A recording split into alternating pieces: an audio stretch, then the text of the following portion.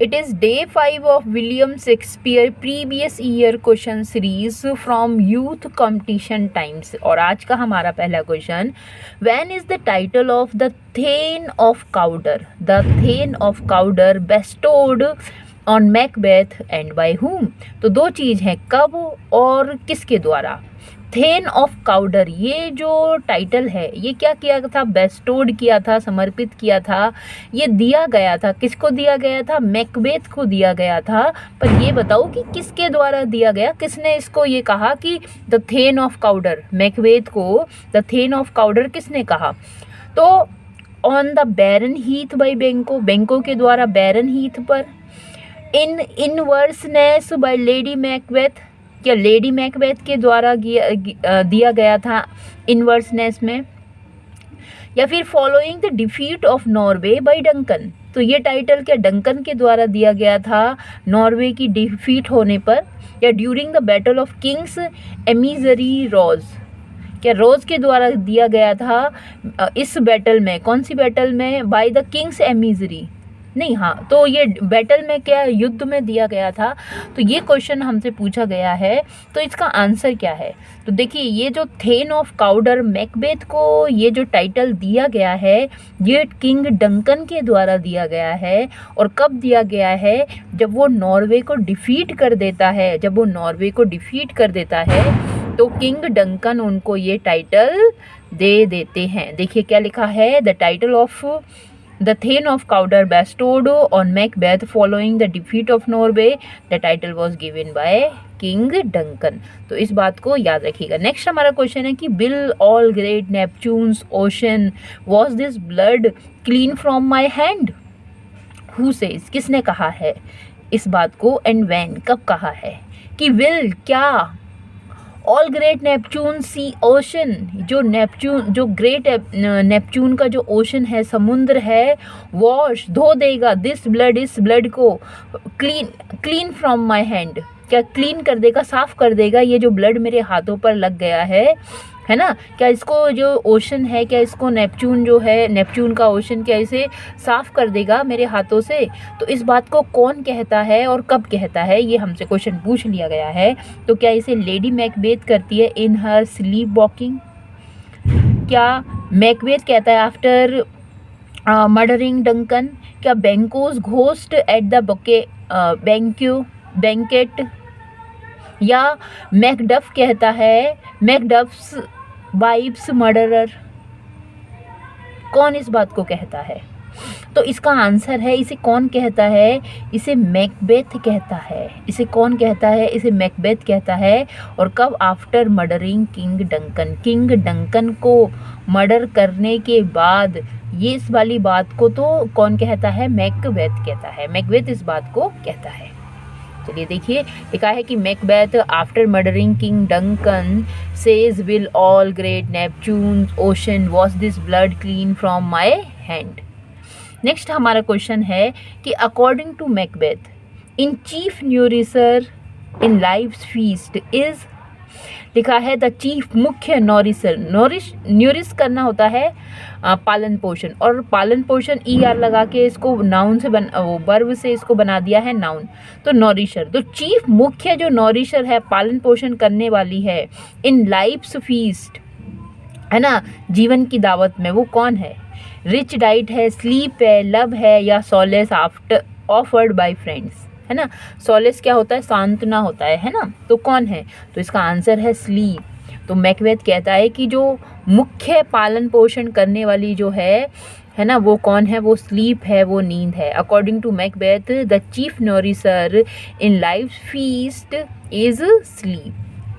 Next हमारा बड़ा ही अच्छा क्वेश्चन है, लिखा है कि Rosalind in Shakespeare's as you like it. तो एज यू लाइक इट जो ये प्ले है, कॉमेडी है, इस कॉमेडी की जो हीरोइन है वो रोजालिन है, ठीक है।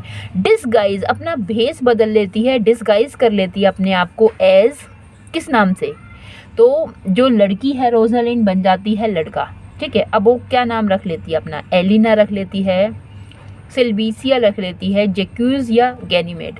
तो इसका सही आंसर है गैनीमेड। तो रोजालिन अपना नाम रख लेती है गैनीमेड, ठीक है। पर एक और बात है कि एलिना का भी नाम होता है, तो एलिना में जो नाम है वो किसका होता है ये बताइए। और यहाँ लिखा है कि Rosalind is the heroine of the famous comedy of William Shakespeare as you like, she disguise herself as page boy, है ना, पीजेंट ग्रामीण जो लड़के की तरह रहती है और अपना नाम क्या रख लेती है, गैनीमेड रख लेती है इस प्ले में। तो यहाँ मैं क्वेश्चन ये पूछ रही हूँ कि एलिना भी है ना, किसी का डिस्गाइज किसी ने किया है और अपना नाम एलिना रखा है, जिसने रखा है वो रोजालिन की कज़न है, ठीक है। तो अब आप बता दीजिए उसका रियल नेम क्या है। और यहाँ पर एक और क्वेश्चन आप बताइए जो मैंने अभी यहाँ हम डिस्कस कर रहे थे, क्या लिखा है कि नेपच्यून्स ओशन, है ना। तो नेपच्यून जो है ना, नेपच्यून भी एक देवता है। आप मुझे बताओ कि नेपच्यून जो है वो किसका देवता है ना, किस चीज़ का देवता है नेपच्यून। चलिए आगे बढ़ते हैं, हमने ये रोजालिन वाला कर लिया क्वेश्चन।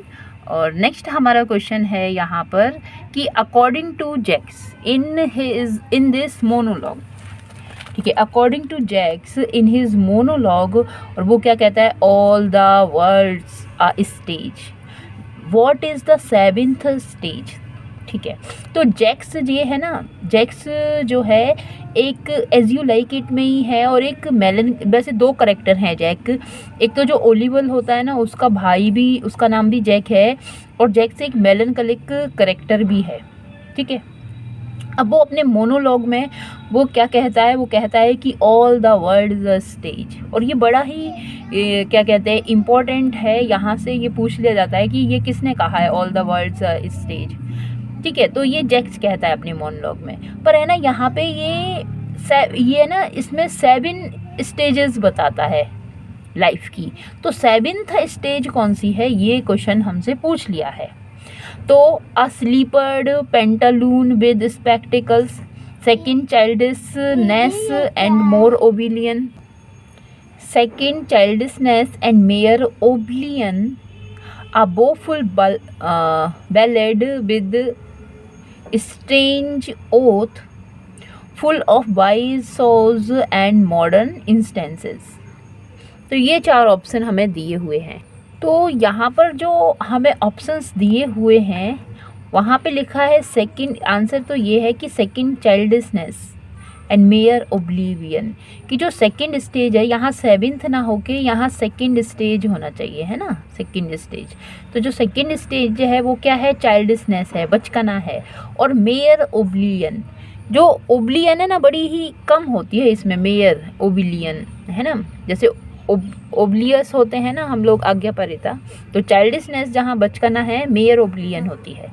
तो ये हमारा आंसर है, तो वहाँ 7th ना होकर सेकंड होना चाहिए। तो according to Jaques in his monologue all the world's are stage, second childishness and mere oblivion is the second stage, ये 7th नहीं, ये सेकंड स्टेज है लाइफ की। तो इन्फेंसी है, फिर चाइल्डिशनेस है ना, उसके बाद जो युवावस्था आएगी, यंग यूथ आएगा, है ना, तो इस तरह से। नेक्स्ट है who utters these the words, O cause cause coz my pretty little coz, that thou didst know how many fathom deep I am in love in as you like it। तो ये वाली बात किसने कही है कि तुम क्या जानो कि मैं कितना डीप, कितने गहरे में हूँ, किसमें प्रेम में हूँ, है ना। ओ कॉज कॉज, बिकॉज बिकॉज, क्योंकि क्योंकि क्योंकि, माई प्रिटी लिटिल कॉज, है ना, thou didst know how many fathom deep I am in love। तो ये कौन कहता है, as you like it से ये लिया गया है, ये है क्वेश्चन। ऑप्शन है सीलिया, फीब, ओरलैंडो और रोजालिन। तो इसका आंसर है रोजालिन। और जब रोजालिन गैनीमेड के भेस में है तो रोजालिन इस बात को कहती है, ठीक है, in as you like it the word O cause cause cause, है ना, ये वाली बात रोजालिन जब वो गैनीमेड के भेस में है तब ये इस बात को कह रही है, जो कि हीरोइन है इस प्ले की। नेक्स्ट हमारा क्वेश्चन है चलिए नेक्स्ट हमारा क्वेश्चन है कि in the epilogue Rosalind before bidding farewell makes a last appeal to. तो भाई इन द एपिलोग में जो ये प्ले है क्या एज यू लाइक इट, तो इसमें एक एपिलोग है। देखो प्रलोग होता है और एपिलोग होता है। किसी भी ड्रामा में प्रलोग भी होता है और एपिलोग भी होता है। जो प्रलोग होता है तो क्या है, वो प्रलोग प्रीफिक्स के जैसे है, मतलब प्ले के स्टार्टिंग में प्रोलोग होता है और प्ले के एंड में क्या होता है, एपिलोग होता है। तो इन the epilogue Rosalind before bidding farewell लेने से पहले, विदा लेने से पहले, मेक्स अ लास्ट अपील, ये एक अपील करती है, ये ऑडियंस से एक अपील करती है। तो क्या अपील ये करती है ये बताना है कि Jaques to be happy, her father to live in Arden, the women in the audience to like the play, या Ganymede not to trouble Orlando, है ना। कि गैनीमेड को जो ऑरलैंडो है, क्योंकि गैनीमेड तो रोजालिन जो है वो गैनीमेड की भेस में है और जो ऑरलैंडो है वो रोजालिन को प्रेम करता है। तो ये रोजालिन ही गैनीमेड के भेस में और ये ऑरलैंडो को परेशान करने का काम करती है। तो इसे ऐसा नहीं करना चाहिए, क्या ये कहती है। या फिर उसके फादर को इस आर्डन में फॉरेस्ट ऑफ आर्डन में रहना चाहिए, क्या ये। या जैक्स टू बी हैप्पी, जो जैक्स मेलनकली करेक्टर है उसको हैप्पी रहना चाहिए, इस बात को कहती है। या फिर इस बात को कहती है, ये बात इसका आंसर है कि वीमेन की जो औरतें हैं, ऑडियंस जो है, लाइक द प्ले, इस प्ले को क्या करें, लाइक करें, इसे पसंद करें। तो यहाँ पे वो एक पब्लिसिटी करने का इस प्ले के लिए काम करती है और वो अपने एपिलोग में कहती है कि as it is spoken by Rosalind, ये रोजालिन के द्वारा है। In epilogue Rosalind before bidding farewell makes a last appeal to women in the audience to like the play, कि वो जो वीमेन है वो इस प्ले को क्या करें, इसे पसंद करें, है ना। तो ये उसका एपिलोग में बड़ा सा स्पीच है, यहाँ तो बस सिर्फ यही कहा है कि ये पसंद करें। नेक्स्ट हमारा जो क्वेश्चन है वो है क्या who said about Shakespeare that he new small Latin and less Greek, है ना। तो देखो शेक्सपियर को बहुत सारे लोगों ने उनके फेवर में या फिर उनके अगेंस्ट उन्हें क्रिटिसाइज करने का काम किया है, ठीक है। यहाँ पर बात आई है उनके एजुकेशन की, कि जिस तरह से देखो हम हिंदी के लोग हैं, हिंदी हमारे लिए इजी है और संस्कृत हमारे लिए कैसी है, थोड़ी सी डिफ़िकल्ट है, थोड़ी सी क्या, वो पूरी तरह से डिफ़िकल्ट है ना। जो नहीं जानता तो फिर वो नहीं जानता, और जो जानता भी है तो उसके बहुत अच्छे अच्छे अर्थ वो नहीं समझ पाते, समझा पाते, ये भी बात है। खैर, तो ये शेक्सपियर के लिए कहा गया है और ये बेन जॉनसन ने उनको कहा है उनकी एजुकेशन से रिलेटेड। आंसर तो इसका है बेन जॉनसन, कि वो स्मॉल लैटिन, स्मॉल की वो तो जो लैटिन लैंग्वेज है उसको भी नहीं जानता और जो ग्रीक है उसको भी नहीं जानता। तो देखिए जो लैटिन है, देखो 3 लैंग्वेज की मैं यहाँ पे बात कर रही हूँ, इंग्लिश, लैटिन और ग्रीक, है ना। तो इंग्लिश इजी है, इंग्लिश। जो ग्रीक है ये मान लो कि ये मुख्य संस्कृत भाषा है ना। तो ग्रीक से लैटिन में और फिर लैटिन से इंग्लिश बनी है। तो ना तो वो लैटिन भाषा ही जानता, ना वो ग्रीक भाषा ही जानता। ये बात किसने कह दी, ये बात बेन जॉनसन ने शेक्सपियर के लिए कही है, ठीक है। और जो उनके कंटेम्पररी रहे हैं, समकालीन प्ले राइट रहे हैं, विलियम शेक्सपियर को इन्होंने क्या किया है, इन्होंने क्रिटिसाइज़ किया है और अपनी एक कोट में कहा है कि small Latin and less Greek about William Shakespeare. चलिए नेक्स्ट क्वेश्चन हमारा है क्या, कि in the play the Tempest, तो जो प्ले है Tempest, Prospero is the duke of, जो प्रेस्पेरो है ना, तो वो ड्यूक होता है, वो किंग, राजा होता है कहाँ का, मिलान का, एडिनबर्ग का, कैंट का या नेपल्स का। तो जो प्रेस्पेरो है वो मिलान का ड्यूक होता है, मिलान का। तो आंसर हमारा क्या हो जाएगा, मिलान। और जो उसका भाई है तो उसको क्या कर लेता है, उसके राज को यूसर्प कर लेता है, हड़प लेता है, छीन लेता है। The Tempest is a dramatic romance by William Shakespeare. The play was first performed in 1612. हाँ, इसको भी याद रखिए, यहाँ 11 या 12 दिया हुआ है, ओके। और ये जो टेम्पेस्ट है ये विलियम शेक्सपियर का लास्ट प्ले है। एक और बात इसमें हमें ध्यान रखनी है कि जो टेम्पेस्ट है ये है ना, इनका ऑटोबायोग्राफिकल भी है। खैर इसमें मतलब बहुत ज़्यादा इनके बारे में नहीं है, मगर इनमें इस प्ले में कुछ लाइंस आती हैं जो कि खुद शेक्सपियर अपने आप को एज अ प्रेस्पेरो, मतलब यहाँ पे ट्रीट करने का बात करता है। तो यहाँ पे इनका लास्ट प्ले है ना, और कुछ ऑटोबायोग्राफिकल, सेमी ऑटोबायोग्राफिकल हम इसको कह सकते हैं।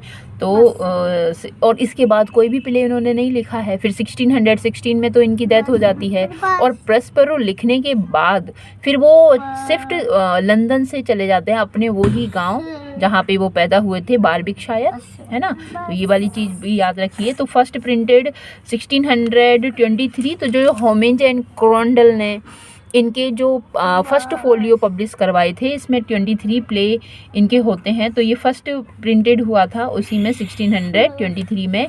और जो करेक्टर है प्रॉस्पेरो, ये क्या है, राइट, ड्यूक ऑफ मिलान है। और जो उसका ब्रदर होता है कौन, एंटोनियो। तो एंटोनियो यूजर्प कर लेता है, छीन लेता है उसकी थ्रोन को और उसको भगा देता है। पर लास्ट में तो ये क्या हो जाती है, कॉमेडी हो जाती है, बाद में सब मिल जाता है। तो जो टेम्पेस्ट है, याद रखें कि ये इसका लास्ट प्ले होता है। चलिए नेक्स्ट क्वेश्चन हम देखते हैं यहाँ पर। की कॉपी भी लाए। चलिए क्वेश्चन है कि देयर इज अ सोल, ठीक है, आत्मा है। There is a soul of goodness in things evil, ठीक है। There is a soul of goodness in things evil, would man observing distil it out. तो ये जो आत्मा है, और कौन सी अच्छी, गुडनेस की आत्मा, इन थिंग्स इविल, इविल बुराइयों में, वुड मैन क्या इंसान, ऑब्जर्विंग डिस्टिल इट आउट। एक डिस्टिल का मतलब होता है प्योरीफाइंग, डिस्टिल होता है टपक टपक के, जैसे कि डिस्टिल वाटर होता है, उसे छानने का प्रोसेस ऐसा होता है ना कि क्या कहते हैं, जैसे डिस्टिल वाटर मतलब फिर वो निकल के धीरे धीरे क्या बनता है, प्योरीफाई करने का।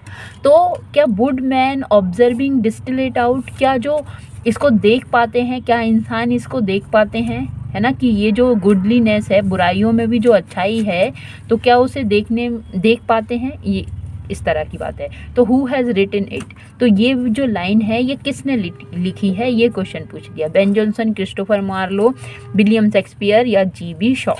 तो इसका आंसर है विलियम शेक्सपियर।